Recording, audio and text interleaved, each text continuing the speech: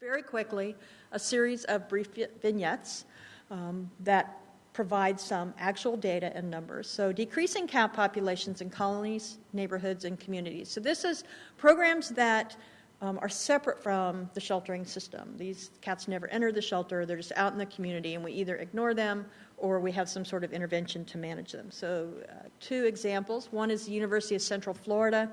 This is a very big campus here in Orlando. I'm very jealous of it because at the University of Florida, it's the policy to trap and remove the cats.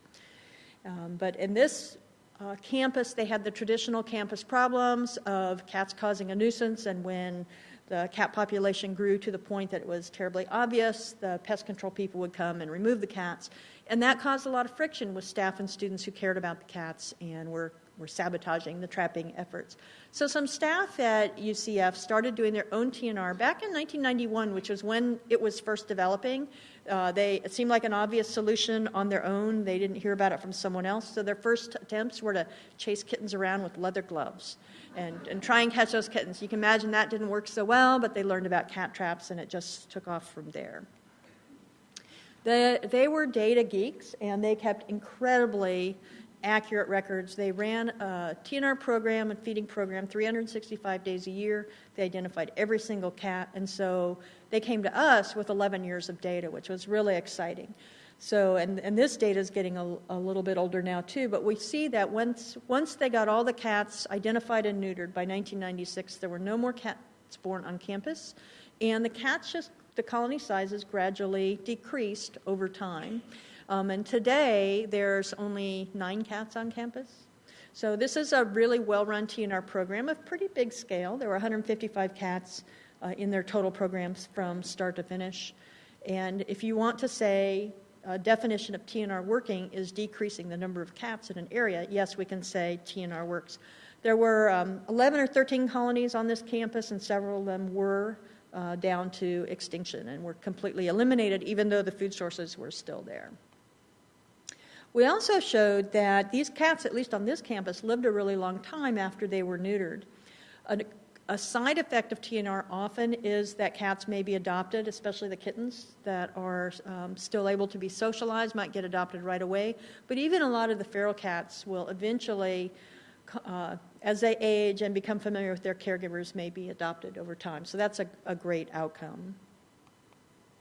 This shows the age of cats on campus at the time of our study, and what we saw was that of the cats that were still on campus at that time, they'd been there for a median of 6 years, which means half had been there less than 6 years and half had been more. So these cats really were thriving, and even the ones that disappeared or were euthanized or died did so after many years on campus. So at least in this particular busy site, cats did not live the short, brutal lives that we hear sometimes claimed about cats. Another example from Florida is Ocean Reef. This is a very different community, very wealthy gated community. Their homeowners association, like so many, over the years had been removing cats. It wasn't successful. And so they actually came together and built a veterinary clinic and a cat center, which was a sanctuary. And they have approximately 100 cats in their sanctuary, and the rest are managed through TNR. Some cats have been adopted. And their estimate was that the original population was about 2,000 and that it's down to about 500 free-roaming cats now, which is a really strong example of TNR working. Very interestingly, this was a solution that came from the community. And actually the homeowners association that funded this is a picture from National Geographic of them feeding or playing with the cats on the golf course there.